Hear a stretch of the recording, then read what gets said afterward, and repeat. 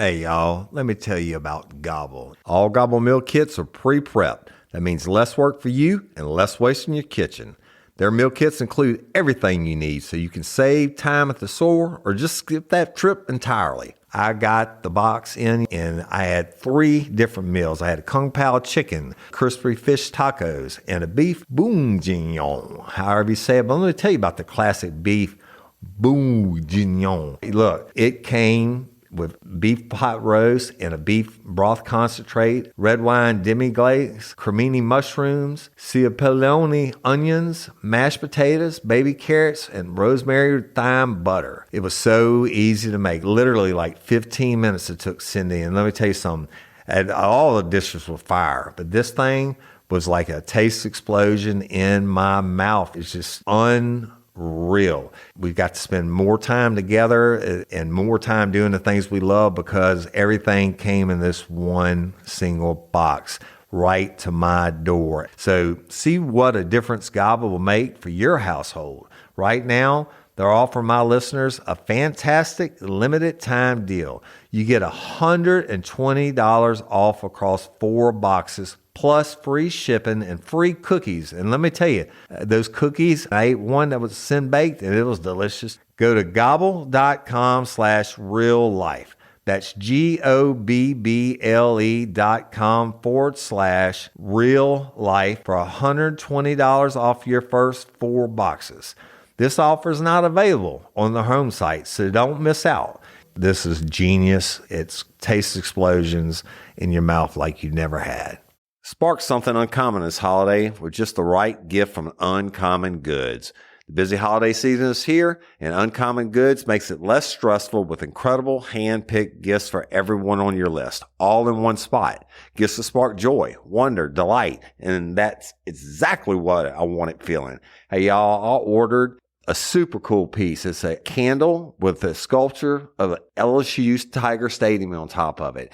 And each officially licensed laser cut wooden replica features up to 4 layers of detail, creating a bird's eye view of a specific football field, seating section, and more. And every label includes your stadium's name, the team's logo, and school location. And it has a coconut, soy, vegan wax infused with sandalwood smell that creates tailgates and touchdown scent profile, reminiscent of game day. It's invigorating like fresh cut grass and nostalgic like smoke from a pre-game grill, and calming like the crisp autumn air of a new semester on campus. Y'all, I love it. I have it at the base of my TV, and I'm ready to watch the Tigers play on Saturday night, right? Uncommon Goods. Look, when you shop at Uncommon Goods, you're supporting artists and small independent businesses. And many of their handcrafted products are made in small batches. So shop now before they sell out this holiday season. Uncommon Goods looks for products that are high quality, unique, and often handmade or made in the U.S. They have the most meaningful, out of the ordinary gifts anywhere. They even have gifts you can personalize. From holiday hosts and hostess gift to the coolest finds for kids, to hits for everyone from the book lovers to diehard sports fans. Uncommon Goods has something for everyone, not the same old selections you can just find anywhere. And with every purchase you make at Uncommon Goods, they give $1 to a nonprofit partner of your choice. They've donated more than $3 million to date. So to get 15% off your next gift, go to uncommongoods.com/RLRC. That's uncommongoods.com/RLRC for 15% off. Don't miss out on this limited time offer. Uncommon Goods, we're all out of the ordinary. In Idaho, Chad Daybell is sentenced to death after being convicted of the murder of his wife and the doomsday cult mom, Lori Vallow's 2 children. In Minnesota, an officer is ambushed and killed after trying to assist a man he thought needed help. And in Massachusetts, a stabbing spree leaves the suspect laughing during the attack. These stories and more coming at you today, Wednesday, June 5th, on Real Life Real Crime Daily, and I'm Jim Chapman. I'm Woody Overton. And we're back. We're back in the saddle. Happy Hump Day, right? Yeah, it is Hump Day. Hump Day Wednesday. My favorite day of the week. Right? I don't know how they got that name. We'll have to look it up one day. I named it. He named it for Real Life Real Crime Daily specifically, right? We love and appreciate each and every one of y'all. Thank you so much for liking and tuning in and listening and sharing and telling people about it, y'all. You're going to get consistent drops. And again, shout out to KJ, Kelly Jennings, and really Jim Chapman, who covered a bunch of shows by himself last week when I was out. But here they come, y'all. And let's get into some true crime time for Wednesday. And look, I was really interested about this first case we're going to bring you today. I'm sure unless you've been living under a rock, you know about the Doomsday Mom, Lori Vallow. And, of course, Netflix did one of the best documentaries I've ever seen on that. Right. Leah Marie sent me tons on this last week when I was sick. Just crazy. Just absolutely crazy. Well, Lori Vallow eventually went to court and got convicted and got life in prison for all of this. But Chad Daybell kind of been sitting on the sidelines and hadn't had his trial yet. Mm-hmm. His trial has come to an end. He was convicted in the murder of his first wife and Lori Vallow's 2 children. And not only was he convicted, he was sentenced, and his sentence was death. Good thing for him, y'all. Yeah. I don't care. I mean, if anybody deserves the death penalty, if it was your kids that got murdered and you murdered your ex-wife and and this dude was a piece of shit regardless. That's right. So a jury has found 55-year-old Chad Daybell guilty of murder and several other charges for killing his first wife and his second wife's 2 children in 2019. Daybell was convicted of 3 counts of first-degree murder, 3 counts of conspiracy, and other charges related to the death of 16-year-old Tylee Ryan, 7-year-old Joshua J.J. Vallow, and 49-year-old Tammy Daybell. He was sentenced to death, and because this is Idaho, he could face a firing squad. Yeah, yes. Daybell's case had been in courts for 3 years. He and then new wife Lori Vallow were indicted on 2021. And as I told you, she went to trial last year and was found guilty. She was handed 3 life sentences, but still faces trial in Arizona for killing her 4th husband, Charles Vallow. Mm-hmm. Vallow and Daybell wed 2 weeks after Tammy Daybell was found dead in October of 2019. Daybell claimed she had been sick, but an autopsy report showed she died from asphyxiation. Vallow's brother, Alex Cox, shot and killed Charles Vallow in 2019, and Cox is no longer alive. Right. The Rexburg Police Department conducted a welfare check on JJ at Vallow's home on 2019, and that's what kind of started all that ball rolling. Mm-hmm.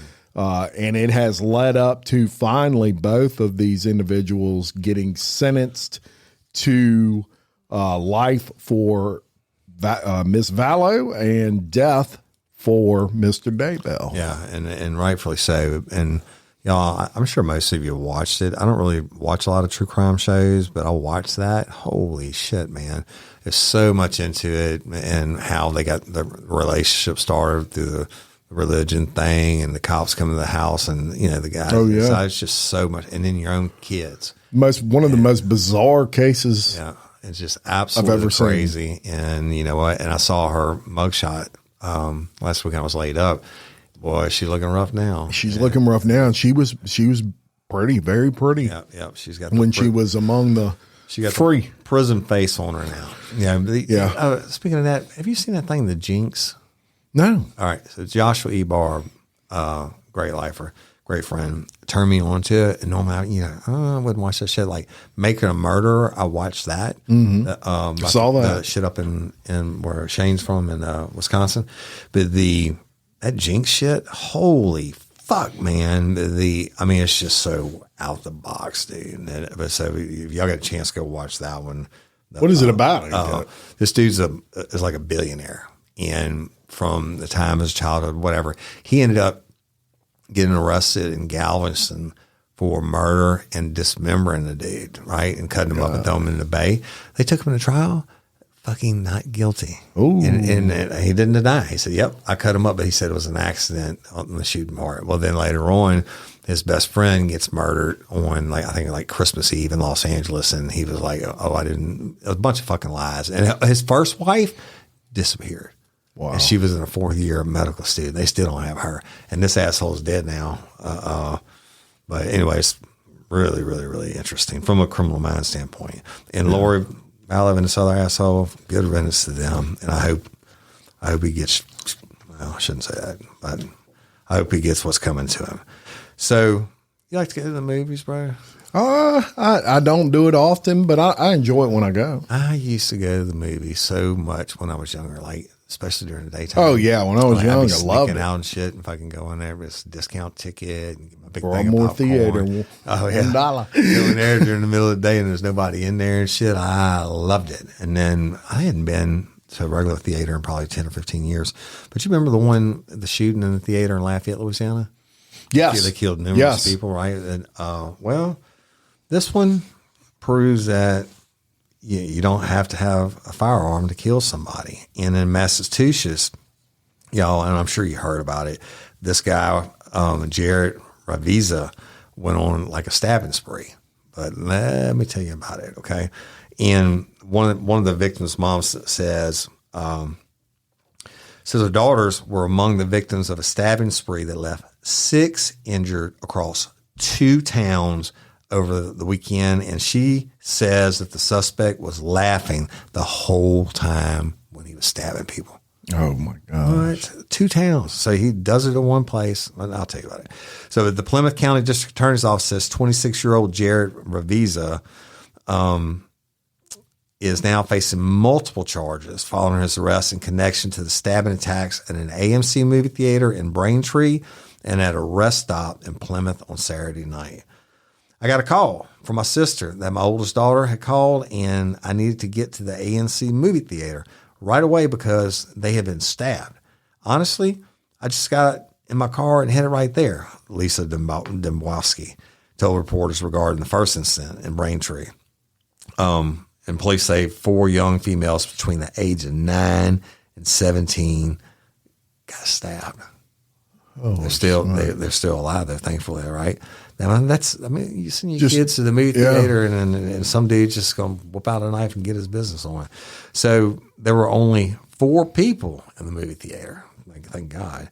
And they had just sat down. They had just got their popcorn and Cokes and stuff.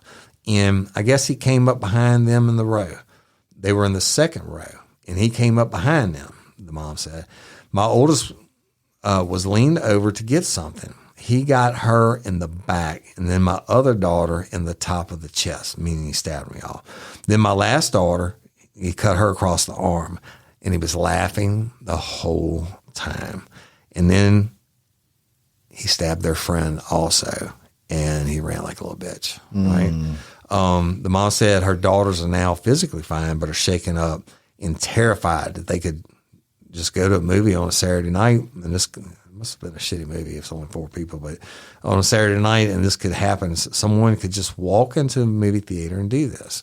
And officials say the movie theater stabbing happened around 6 p.m. before Raviza allegedly carried out a second attack targeting McDonald's employees. Oh, wow. Right?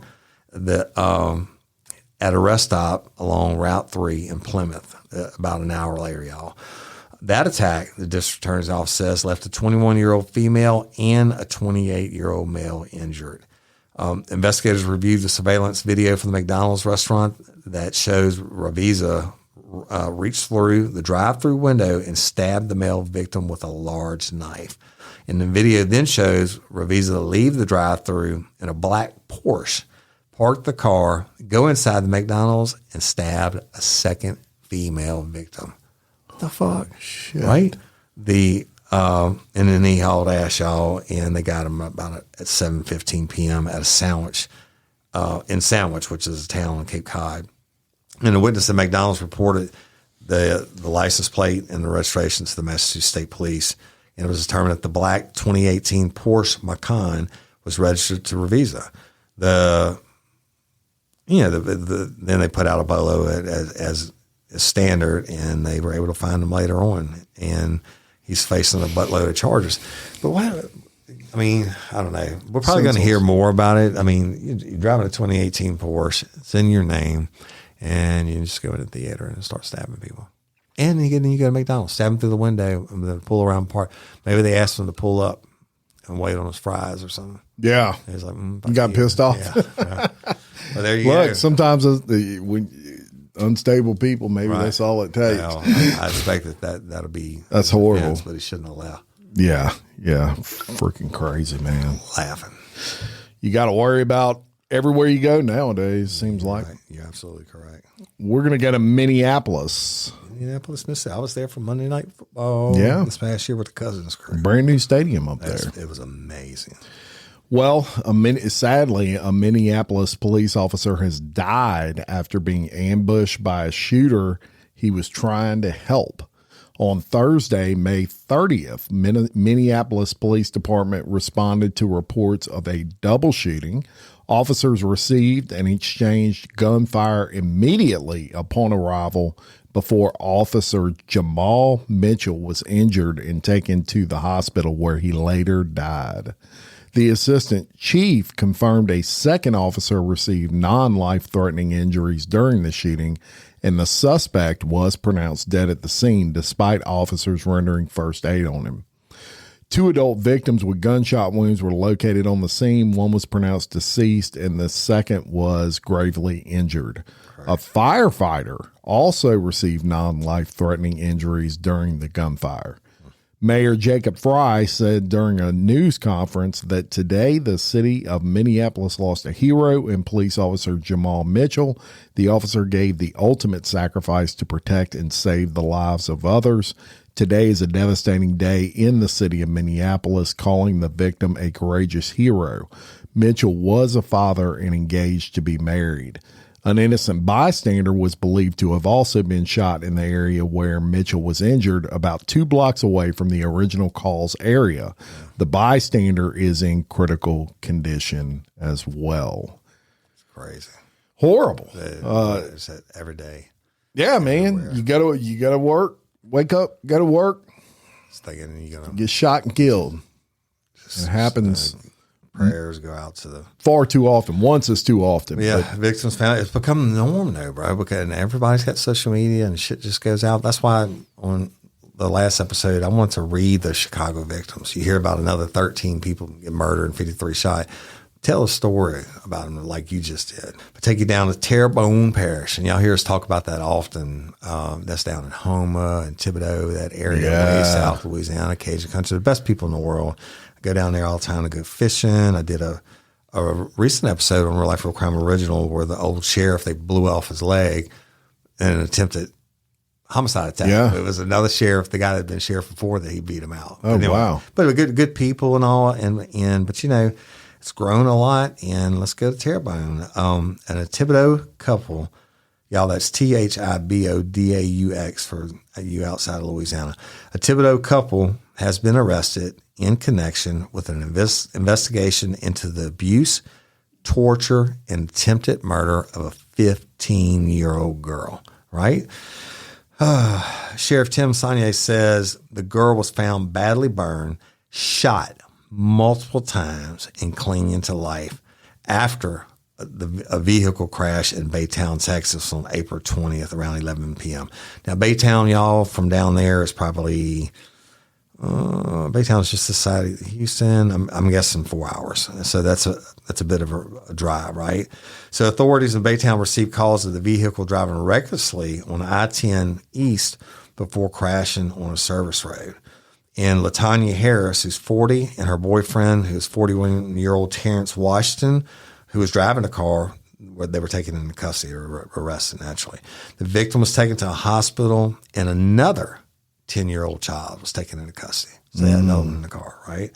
The sheriff, Saunier, he called the burns to the girl's upper body gruesome. An investigator of Baytown described her injuries, which included gunshot wounds to the chest and face, as the worst she has seen in her entire career. Now, Saunier says the girl suffered 3rd and 4th degree burns to 30% of her body.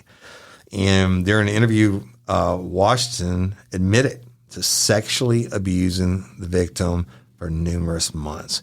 And he also admitted to shooting the victim during an argument with Harris at their home in Thibodaux. He says he was holding a gun in his hand and it went off, striking the victim in the face. Well, that's typically, you want him to talk and admit to it at least to doing it, right? Sure. And that's what else is he going to say? But Sheriff Sonia says Washington initially told detectives he was responsible for burning the girl in February of 2024, which the couple was treating at home. Wow. How are you going to explain that one? Yeah. Accidental. Sheriff Sonia says after shooting the girl, the couple and the victim left for Texas with another 10-year-old child in the car. And after they crashed and they were arrested, the minor, the 10-year-old, was taken home to Louisiana by a family member. And during an interview with the Special Victims Unit, the 10-year-old said she woke up one night during the Mardi Gras season to the sight of the victim's body being on fire. Now, y'all would assume this is a relative, right? They're not going to tell you that because they're kids.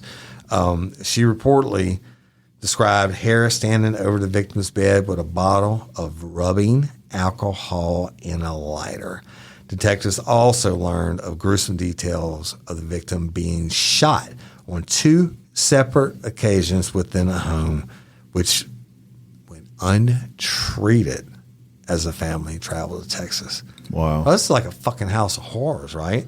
So they did a search warrant on the family's home in Thibodaux, and the detectives found evidence of a shooting, blood, and the strong odor of infection and decomposing flesh. Remember, they didn't treat her for the burns. They didn't take it in. You take a kid into a hospital with burns on them like that, oh, yeah, I've had cases like that. Your ass going to fucking jail. Yeah. Right? So they're trying to hide it. They go back and interview Washington again, and he backtracks in, y'all. He tells the detectives that Harris blamed the 15-year-old for the sexual abuse, set the girl on fire while he was at work. He's blaming it on the mama now, and refused to seek medical treatment. I'd say they're pure evil, Sheriff Sonia said. Yeah. Regardless of what's going on mentally, they know the difference between right and wrong. And Harris refused to speak with detectives after being released from a Texas hospital, and he was taken into custody in Terrebonne Parish. She was booked for attempted first-degree murder, second-degree cruelty to a juvenile, and domestic abuse, child endangerment, and she's being held on $1 million bond. Maybe that wreck was what brought this to light, Sheriff Sonia said. Might have been a different outcome, right? Fucking crazy.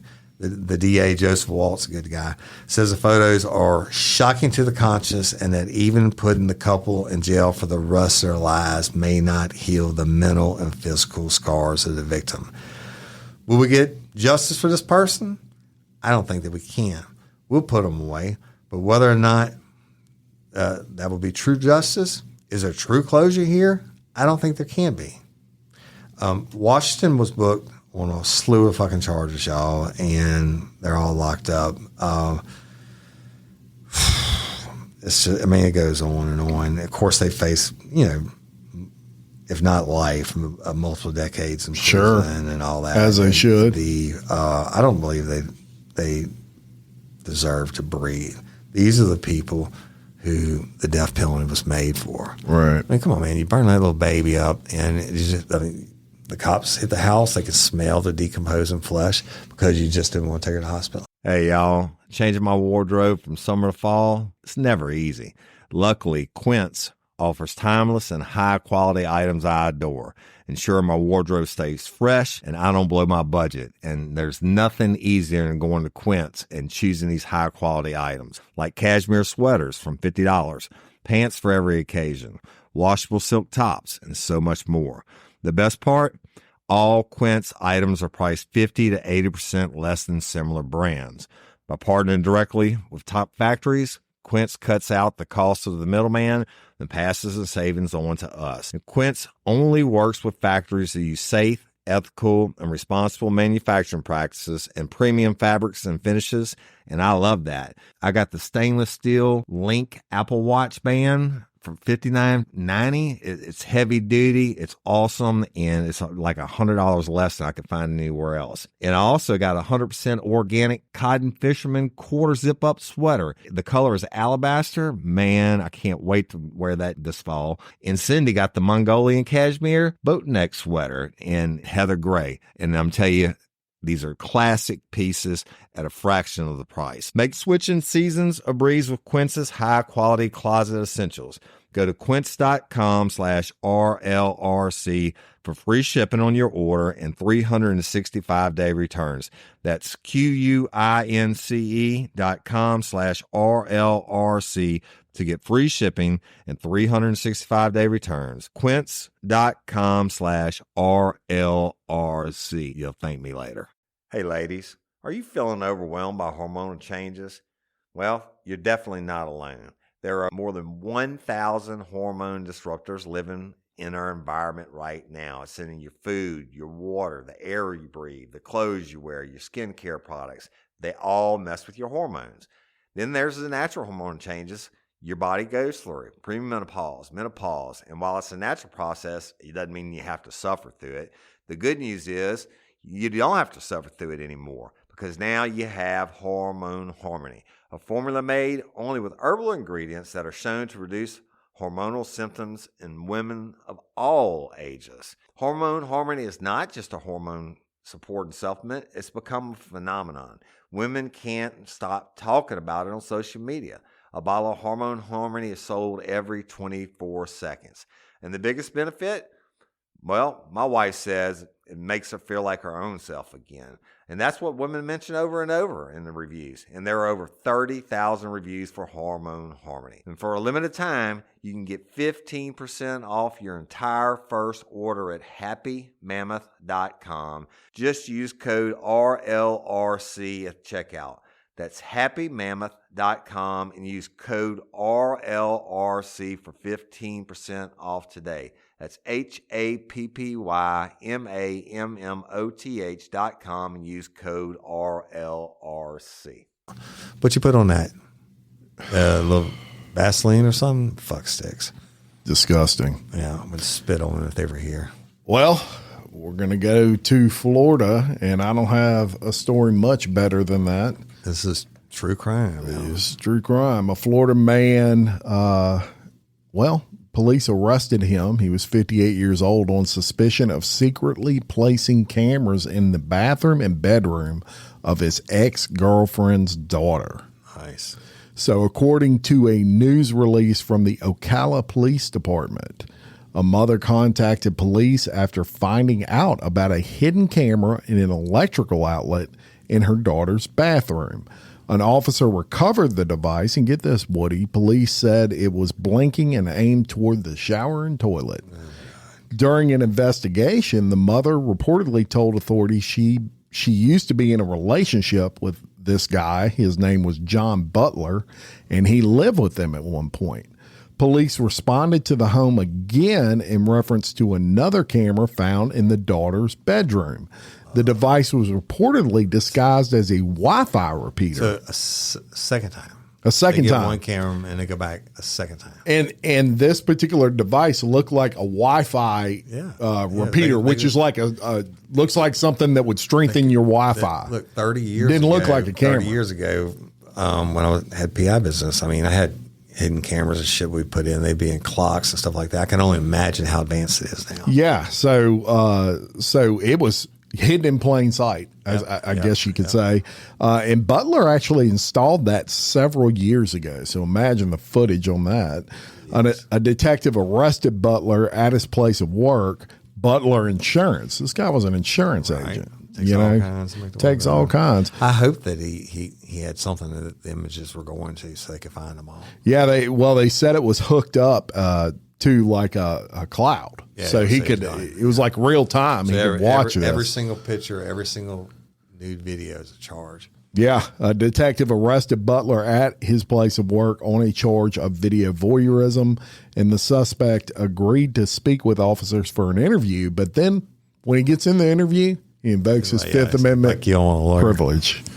So, we had a lot of these, like on airplanes and different shit. I mean, fuck, motherfucker, go get on your phone and look up some free porn. Yeah. I mean, I don't get it. It's disgusting. But, and I said it once, I'll say it 1,000 times, the FBI has proven time and time again, almost as important for a sexual deviant, which this guy was, to do some type of act is to record it in some way.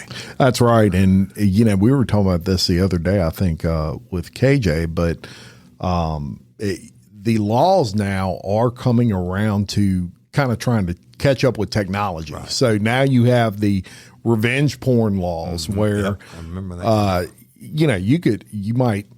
A girl might have a picture of a guy in a compromising position, or vice versa. Yep. And if you release that and go on social media and blast it or something, that's against the law now. Yeah, you can go to jail for that. 3 or 4 years ago, and one of the cases was here, and they had these revenge porn websites. Oh yeah, and it was a big deal. And now they don't have them anymore. Nope. You go look up revenge porn right now, you can't get it. So. Yeah, Netflix did a big documentary on a particular revenge porn website. Dude was making millions per month. Didn't care, just ruining people's lives. So I mean, what you do behind closed doors, more power to you. I don't give a fuck, right? But it needs to stay behind closed doors unless you want it outside of closed doors. People or 4 people, whatever's going on, it's a consenting adults. And then if you break up, don't go be showing other people's junk in business. Yeah. Could be 6 people or 8 people. Not even you never know. Could be some kinky shit going on. Yeah, kinky. You get in a fight with somebody and they want to blast it. So don't do that. So let's go to Colorado. And a Colorado man pled guilty to killing a family by setting their home on fire in 2020. Right. He wanted revenge after his iPhone was stolen, but targeted the wrong house. Oh, no. Yeah. 5 people, including 2 young children, were killed in the fire. Colorado man set a house in Denver on fire in 2020, thinking he was avenging the theft of his iPhone, but like I told you, he had the wrong house. But last week, he pled guilty to killing an uninvolved family who lived there. Right. So Kevin Bui, B-U-I, 20, pled guilty Friday to 2 counts of second-degree murder. And Bui, who was 16 at the time of the fire on August 5th, 2020, was prosecuted as an adult. I'm pretty sure he should have been. Yeah. The arrest affidavit said Bui's phone had been stolen during a drug deal. Oh, whoa. Right? Investigators said in the affidavit that Bui intended to set fire to the house of those who robbed him. And according to testimony in the trial, Bui had used an app to track his stolen iPhone. However, investigators said in an affidavit that Bui somehow identified the wrong property and instead set alight the home on. He set fire to the home. That'll get his phone back. Right. Singalese. It was an immigrant family, and the fire resulted in the deaths of 5 people, including 21-month-old child and a 6-month-old baby. Oh, that's awful. Right? So NBC News reported that as a part of the plea deal, we had another 60 other charges against him, including first-degree murder and arson, but they dropped him as part of the plea deal. He faces 60 years in prison, not enough time. That's called immigrant family doesn't vote, right? Yeah. That's crazy. But I guess, there's nobody left. Or nobody there to fight for him. I don't know, man. When you try to locate these phones, because I'm notorious for losing my phone in my house. I set it down somewhere and then I'm running. So I figured out find my iPhone pretty good, and I can go on that app and it'll at least show me if I've lost it in my house. But one thing to keep in mind with these apps is that they get you in a general vicinity, but sometimes it's a little off. Right. So it wouldn't surprise me, and not that it would excuse it either way, but it wouldn't surprise me if whatever app he might have been using was showing the wrong house. Right. And so they're only so accurate. It happened to my oldest when she was in high school. She set her phone down somewhere, and thank God we had the app thing. And look, she rolled up on these people. They took it. And she rolled up at their house and was like, hey, you but phone in here. And thank God they gave it back to her. But this guy wasn't alone when he did this, Jim. He had a couple homies with him. And but they were juveniles. And they already pled out. So one of them was Dylan Siebert, and he pled guilty to second-degree murder And under a plea deal, he was sentenced last year to 3 years in juvenile detention and 7 years in a state prison program for young inmates. Another, Gavin Seymour, was sentenced to 40 years in prison after pleading guilty in March to a count of second-degree murder. So, tell you what, you get that in Louisiana, it's automatic life. Right. Well, exactly. And the Washington Post reported last year that while apps such as Find My, I guess iPhone, can be incredibly accurate, they're not entirely reliable. There right. you go. And in 2022, a SWAT team in Denver wrongly raided the home of a 77-year-old woman while searching for a truck with stolen guns and an iPhone. So it's back in the phone at the wrong house. Anyway, I don't know. It's crazy. Burn them up. 100% crazy. And it reminds me of, a story that is all over the news right now, but the ATF, speaking of raids, I wasn't familiar with this story, and I actually caught a clip on YouTube of a congressional hearing, and it was regarding this story. And so I got interested, and I ended up watching a 3-hour congressional hearing on, they're deposing these people on this incident.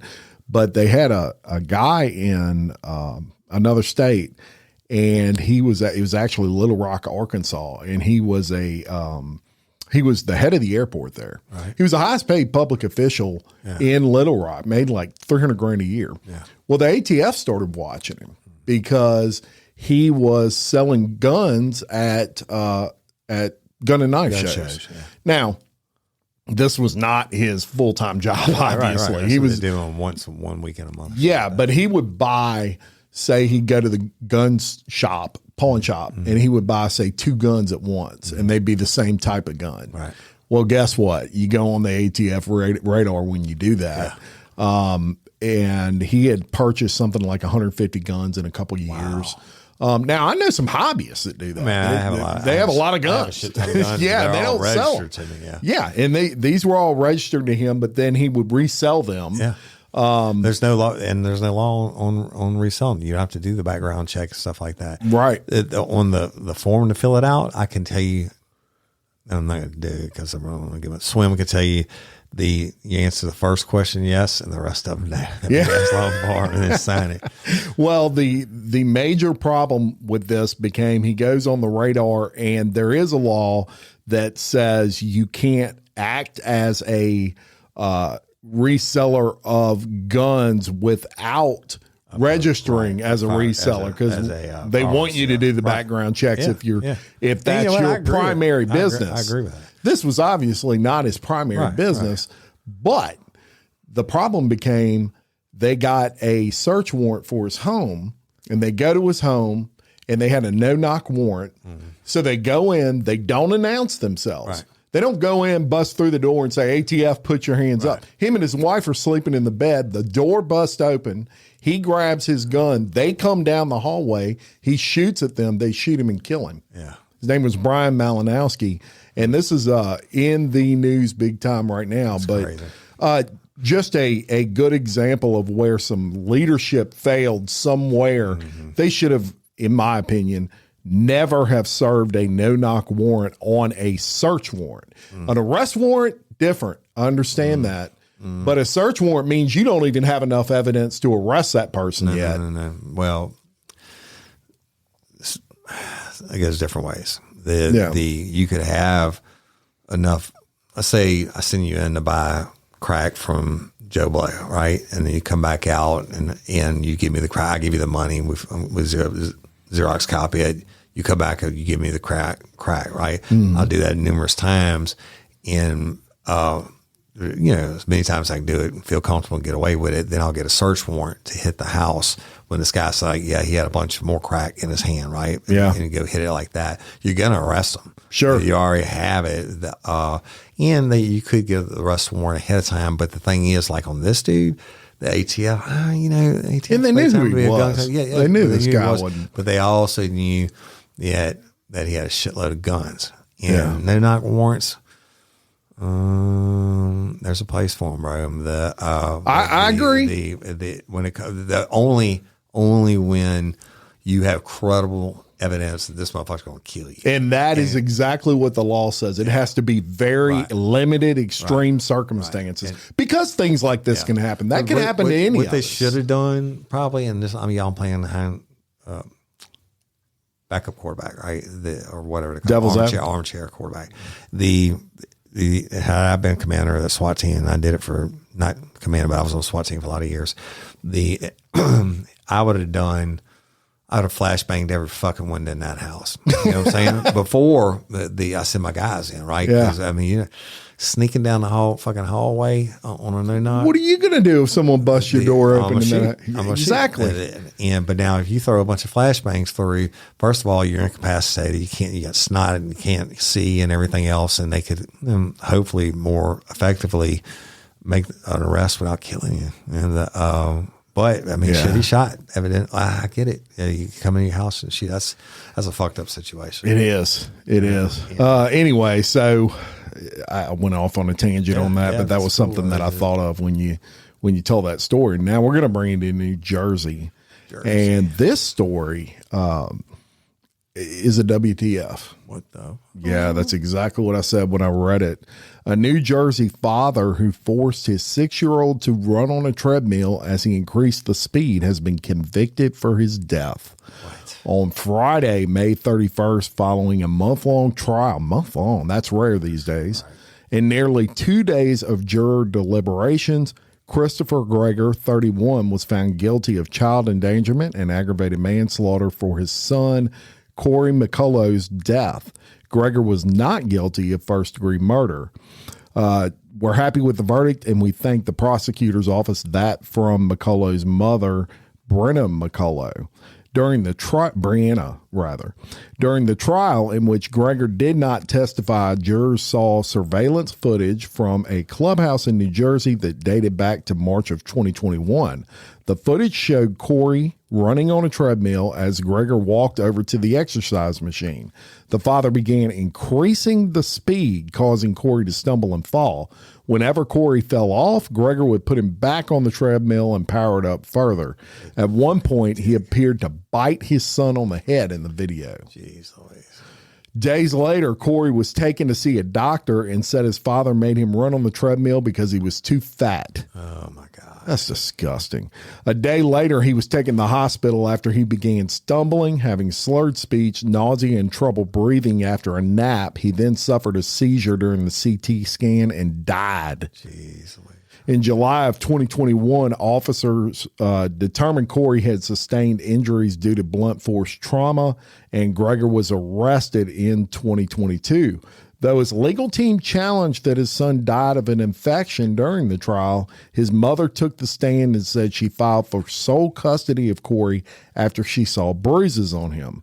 Meanwhile, prosecutors argued that although the treadmill incident might not have effectively caused the child's death, it proved the cycle of abuse that led to the tragedy.